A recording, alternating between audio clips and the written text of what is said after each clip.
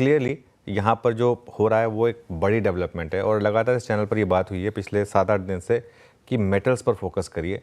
और हुआ क्या कि पहले 2-3 दिन लोगों ने बिलीव नहीं किया, क्योंकि पहले भी चाइना में कई बार स्टिमुलस मेजर्स आए लेकिन वो आकर उसके बाद ठंडे पड़ गए थे।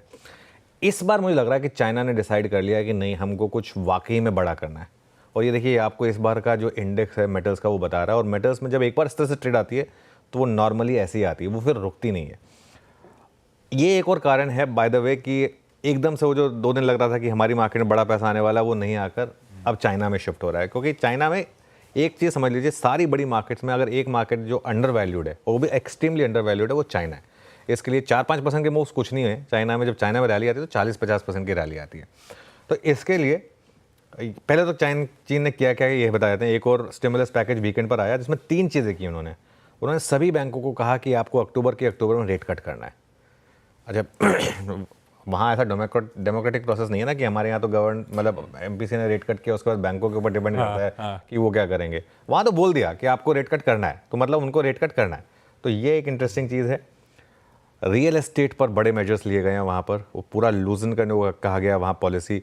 अगर आप घर लेना चाहते हो, जैसे फॉर एग्जांपल बहुत कम इंटरेस्ट रेट पर आपको घर मिलेगा, तो वो एक मेरे ख्याल से एक बड़ा फैक्टर है। तो ये 2-3 कारण हैं जिसकी वजह से मेटल शेयर्स मेरे ख्याल से उसमें रैली कंटिन्यू करेगी। वैसे मेटल्स में 2-3 फ़ायदे हैं। एक तो अगर रियल एस्टेट अच्छा करेगा तो मेटल्स वैसे भी ऑटोमेटिकली अच्छा करते हैं। दूसरा, अगर चाइना में जिस तरीके का पैसा जाएगा तो सबसे पहले वो नॉर्मली मेटल स्टॉक्स पर फोकस करता है, तो इसके लिए। और बेस मेटल्स में मूव्स देखिए, हमारे पास शायद वो मूव्स होंगे नहीं आशीष, लेकिन ओवरनाइट आयरन और फिर से 6% ऊपर था। सबसे स्ट्रॉन्ग कमोडिटी जो रही है वो आयरन और रही है। तो आप एनएमडीसी फॉर एग्जांपल हो गया, जीएमडीसी हो गया, बाकी सारे स्टॉक्स हो गए, ये सारे स्टॉक्स पर आप फोकस कर सकते हैं। अगर हमारे पास बेस मेटल्स तो वही दिखा देते हैं। आई थिंक बेस मेटल्स में भी काफ़ी शानदार मूव्स आए हैं कल रात को और आज सुबह। तो मेटल शेयर्स की जो बास्केट है वो आउट परफॉर्म कर सकती है। एलएमई के सारे मेटल्स आज सुबह काफ़ी शानदार मूव दिखा रहे हैं।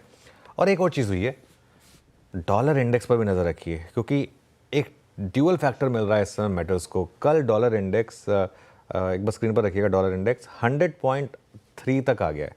अच्छा, नॉर्मली वो 100 ब्रीच नहीं करता है, लेकिन कल जिस तरीके से वो 100.3, 100.4 पर आया है, 100.45 पर, अगर 100 ब्रीच हुआ तो ये एक और बड़ा पॉजिटिव होगा मेटल्स के लिए, क्योंकि वीक डॉलर मतलब कमोडिटीज़ की रैली। लेकिन एक चीज़ है, यूएस बार बार कोशिश करता है कि डॉलर इंडेक्स 100 के नीचे ना आ जाए, तो इसके लिए इस पर भी एक नज़र रहेगी।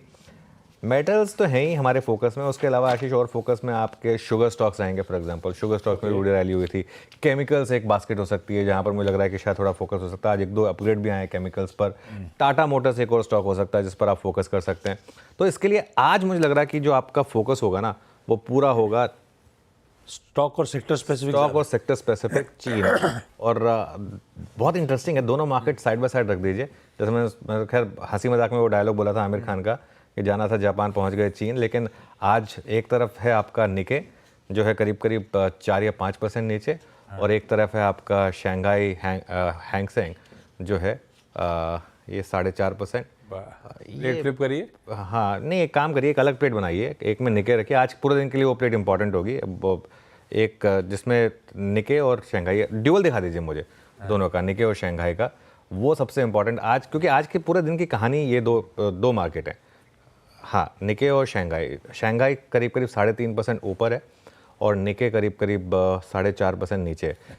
ये एक और चीज़ इसमें ये भी है, वैसे भी देखिए जापान जो है ना वो डेवलप्ड मार्केट है, तो इसके लिए ये एक चीज़ आपको समझनी होगी कि मार्केट में ज़रूरी नहीं है कि सारी मार्केट एक ही डायरेक्शन में जाएंगी। कुछ मार्केट पॉजिटिव, कुछ मार्केट नेगेटिव, और नेट हमारी मार्केट आई थिंक दोनों से क्यों लेके करी, हम तो एकदम बीच में खुलेंगे, एकदम फ्लैट। आता हूँ।